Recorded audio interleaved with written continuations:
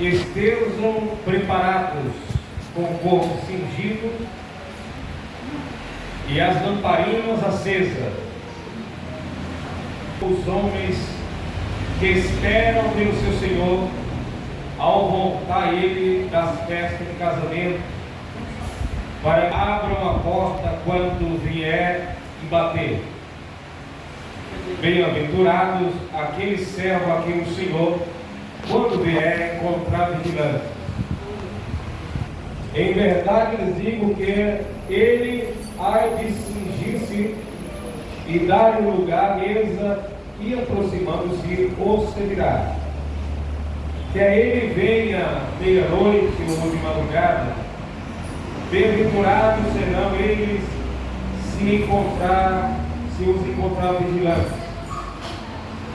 Porém, considerem isto: se o pai de família soubesse a que hora viria o ladrão, não deixaria que a sua casa fosse arrombada. Estejam também vocês preparados, porque o Filho do Homem virá a hora em que vocês menos esperam.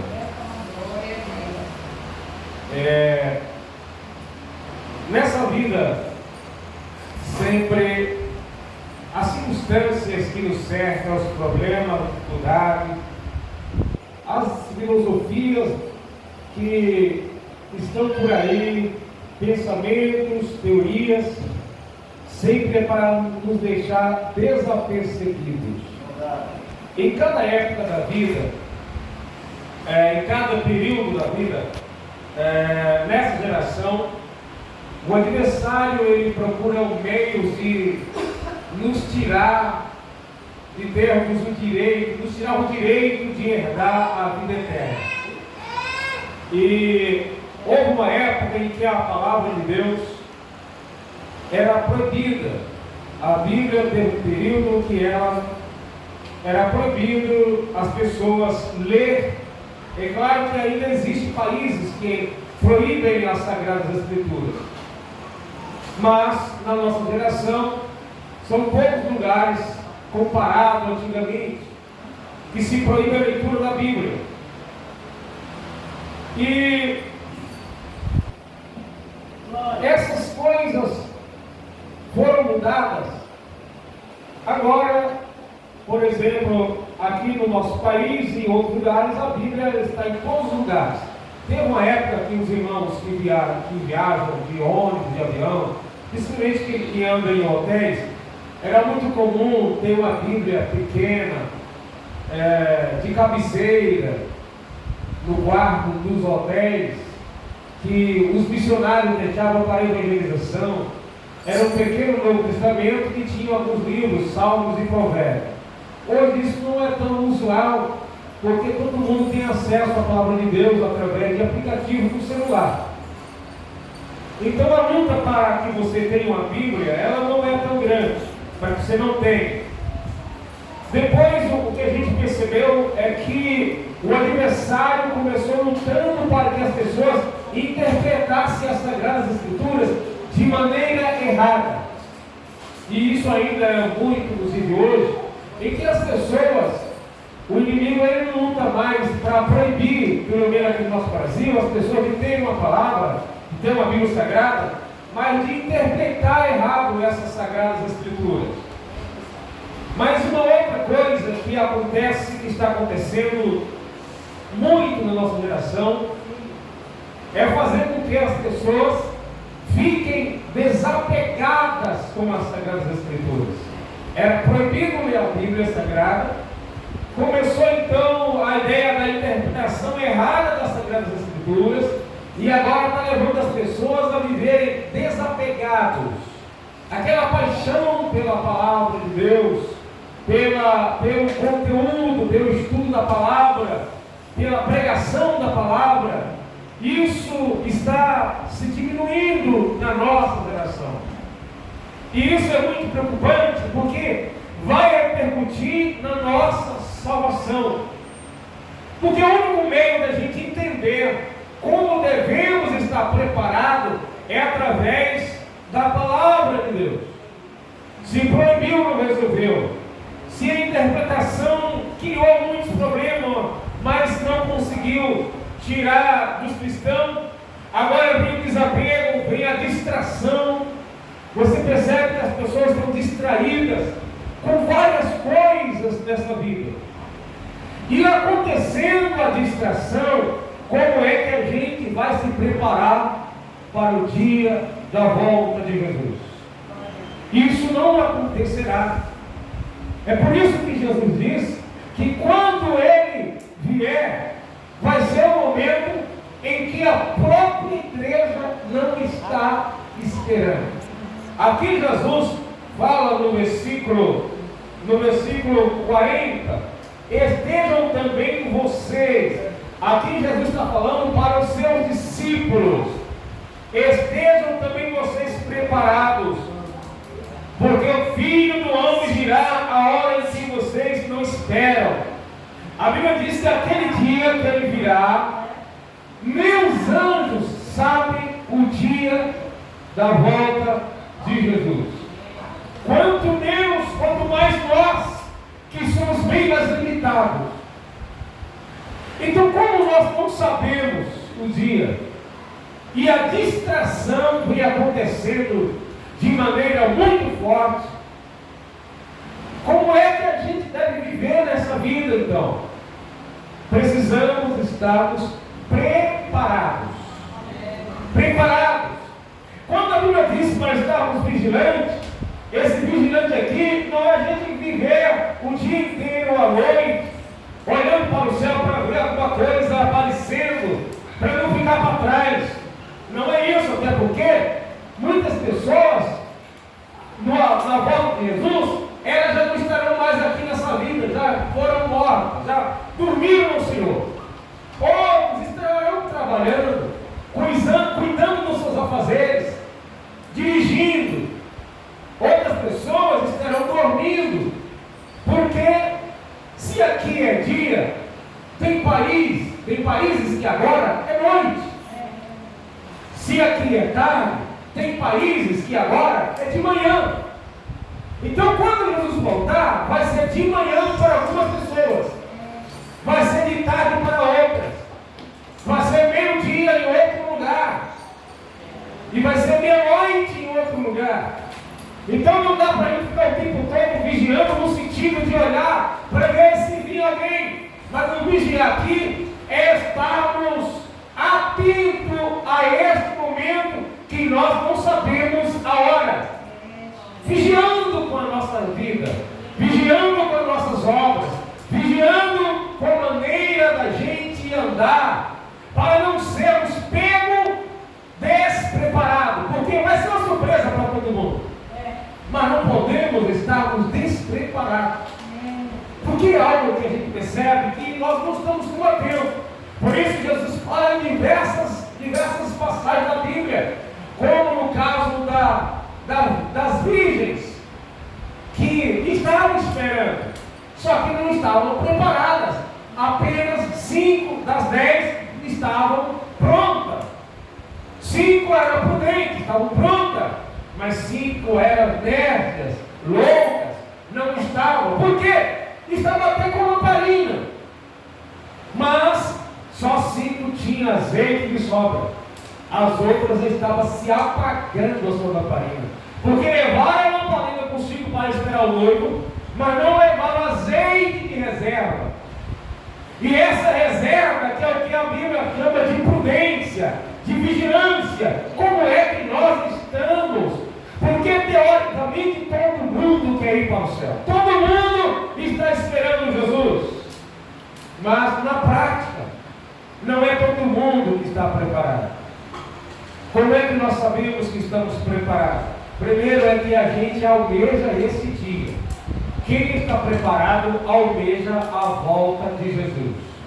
O despreparado tem medo. Os que estão preparados é motivo de alegria se falar da volta de Jesus. Os despreparados ficam tristes, ficam pensando em si mesmo. Será que eu estou pronto? Se Jesus viesse amanhã, seria melhor que hoje. A volta de Jesus regozijo na nossa alma. Eu me lembro que quando eu era novo convertido, uma das coisas que a gente mais desejava, mais do que hoje, né? Era essa questão da volta de Jesus. Quando a gente via o céu estrelado assim, a gente logo ficava imaginando Jesus descendo para arrebatar a sua igreja. A esperança. Então, quando a gente lia o livro de Apocalipse, a gente ficava lá preocupado no sentido de que eu não quero fazer parte da grande tribulação, eu quero subir no dia em que Jesus vier nos buscar. E quando a gente está esperando Jesus, a gente faz de tudo para não entristecê-lo. A gente faz de tudo para não pecar contra ele. Primeiro, porque a gente sabe que ele fica triste. Segundo, é que se a gente viver numa vida errada, sabemos que ele vai vir e vai dizer: você não vai entrar comigo para a boca do cordeiro, para a festa de casamento. Você não vai entrar porque não está com suas vestes apropriadas. Você não está preparado. Você apenas estava esperando, mas não estava dentro das condições que a palavra de Deus coloca para nós. Ele diz que é para vivermos em santidade, e sem a qual ninguém verá o Senhor. O nosso desejo é um dia ver Jesus. Quantos aqui desejam ver Jesus um dia? Porque até agora nenhum de nós vimos ele literalmente. Vimos pela fé. Talvez alguma visão, alguma coisa. Mas literalmente, nós que estamos aqui, por discípulos de Jesus, na época de Jesus, centenas e milhares de pessoas conseguiram ver Jesus como homem. Mas nós ainda não vimos fisicamente ou literalmente. Mas nós sabemos, como diz a Bíblia, que um dia nós o veremos como ele é. Mas só vai ver Jesus como ele é no dia da sua volta aqueles que tiverem preparado para receber o convite que ele diz: vinde bendito de meu Pai. Igreja de Jesus, precisamos estarmos preparados. E isso é muito preocupante, porque quando nós estamos preparados para subir, a gente pouco fala disso também para outras pessoas. Já observou que tudo aquilo que mexe com o seu coração, que você está alegre, que você está contente, você sai espalhando para todo mundo, sai conversando com todo mundo. Quando alguém recebe um livramento, aquilo naqueles dias, a gente sai contando o livramento para todo mundo. Quando a gente consegue um emprego, a gente sai contando daquele emprego para as pessoas. A gente fez uma viagem, voltou e foi tudo bem. A gente sai falando para todo mundo que é conhecido, porque aquilo está presente em nossa memória. Mas porque é que na volta de Jesus a gente fala tão pouco, porque isso não está muito vivo. A gente não está muito preocupado com isso. E o único sentido que tem a nossa vida nessa terra é porque estamos esperando Jesus. A Bíblia nos diz: se esperarmos Jesus só nessa vida, morreu, acabou. Depois da morte aí é outra coisa. Se a gente esperarmos ele só agora, aí Paulo diz na primeira carta aos Coríntios: somos piores dos pecadores. Nós nem somos iguais aos pecadores sem Deus. A Bíblia nos diz que nós somos piores. Piores por quê? Porque a gente gasta tempo orando, lendo a Bíblia, indo para a igreja, para depois acabar em nada. Se esperarmos Cristo só agora, mas os salmos não esperam em Cristo só agora. O nosso alvo, na verdade, não é nem agora. Estamos aqui passando alguns dias. A nossa esperança mesmo é encontrar com Ele e habitar com Ele eternamente na eternidade. Vivemos com Cristo. Deve ser a nossa esperança. Então vamos espalhar isso para a nossa rua. Vamos espalhar essa mensagem para os nossos vizinhos, para a nossa família, para o pai, para a mãe, para os filhos. Vamos falar isso para a igreja. Vamos falar isso para o mundo, que Jesus vai voltar. E precisamos estar vigilantes. Enquanto Ele não vem, vamos continuar orando. Enquanto Ele não vem, vamos continuar fazendo a sua obra. Enquanto Ele não vem, vamos continuar lendo a sua palavra. Enquanto Ele não vem, vamos continuar adorando, para não enfraquecer nossa fé. Porque a Bíblia diz: presto veio, logo Ele disse que vai vir. O que há de vir, virá e não tardará. E Pedro disse lá há quase 2000 anos atrás: ainda que muitos tenham como tardia, Ele, contudo, não retarda a sua vida. Então, Igreja de Jesus, nesta quinta-feira dessa tarde, vamos deixar que essas palavras queimem os nossos corações, e que essa deve ser a nossa maior esperança. Tem várias coisas que nós esperamos em Deus. Tem muitas bênçãos que nós estamos esperando e que sabemos que Deus vai nos dar. Mas o que deve ocupar o nosso coração não é os bens materiais que Deus pode nos conceder. Um carro, uma casa, família, casamento, cura. Isso tudo pode acontecer enquanto Jesus não vem. Mas a esperança que deve ocupar o nosso coração não são essas bênçãos que Ele tem para nós. Porque se a gente deixar se ocupar pelas coisas dessa vida, a gente acaba esquecendo do maior alvo da igreja, que é ver Jesus vindo buscar o seu povo. A nossa esperança é a volta de Jesus. Mas precisamos estar preparados. A gente se prepara para tantas coisas. A gente prepara para viajar, se prepara para estudar, fazer faculdade, ou se prepara na hora do casamento, se prepara para fazer um empreendimento. A gente se prepara para várias circunstâncias da vida. Nós queremos ter um dinheiro em depósito para algum momento de dificuldade. Isso fala de preparação. Quer ter uma roupa nova, um sapato bonitinho para na hora de uma festa. Isso fala de preparação. Mas a preparação principal nossa é para a volta de Jesus. E se Ele viesse nos buscar hoje, nesse momento, estaríamos nós preparados? Estaríamos nós de coração pronto, dizendo: Maranata, ora vem Senhor Jesus? Qual é a esperança da igreja?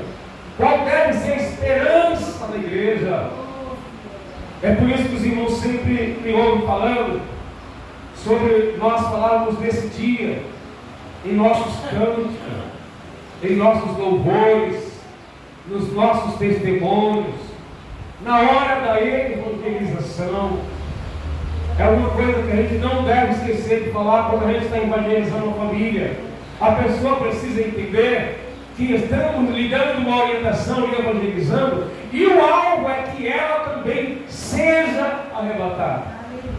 Porque a gente fala: você precisa ser liberto dos vícios, liberto do pecado, liberto de tantas coisas ruins. Mas qual é o alvo dessa libertação? Qual é o objetivo de parar de pecar? Qual é o objetivo de parar de errar? Qual é o objetivo? É para que um dia possamos estar prontos para receber Jesus.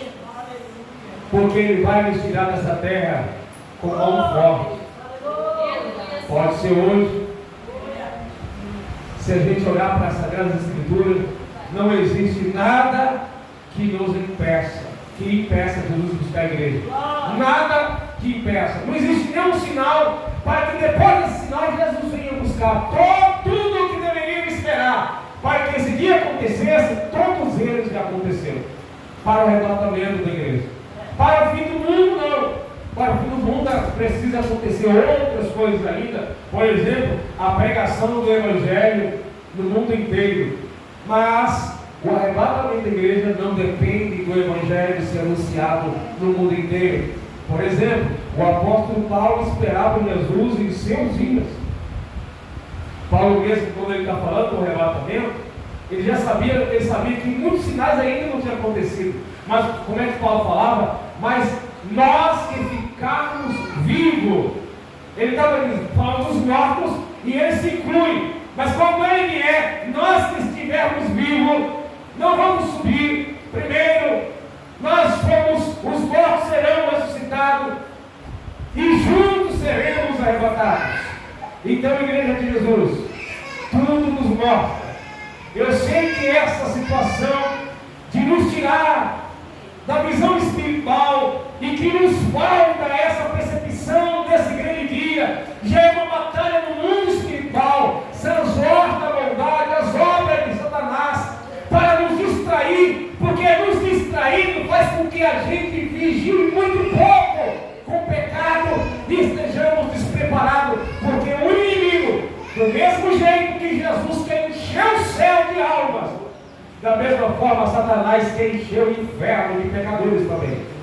Então, Igreja de Jesus, a nossa preocupação deve ser estarmos prontos e ajudarmos pessoas também a se preparar.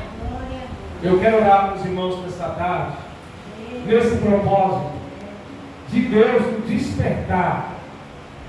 Estamos aí finalizando um trimestre falando da escola bíblica dominical, falando sobre até os confins da terra. E que nos entristece é que a gente percebe uma lentidão muito grande da nossa parte para falar desse dia, da volta de Jesus, para as pessoas em Deus. Nos falta aquela energia, aquela força, aquela graça, aquele propósito, aquele compromisso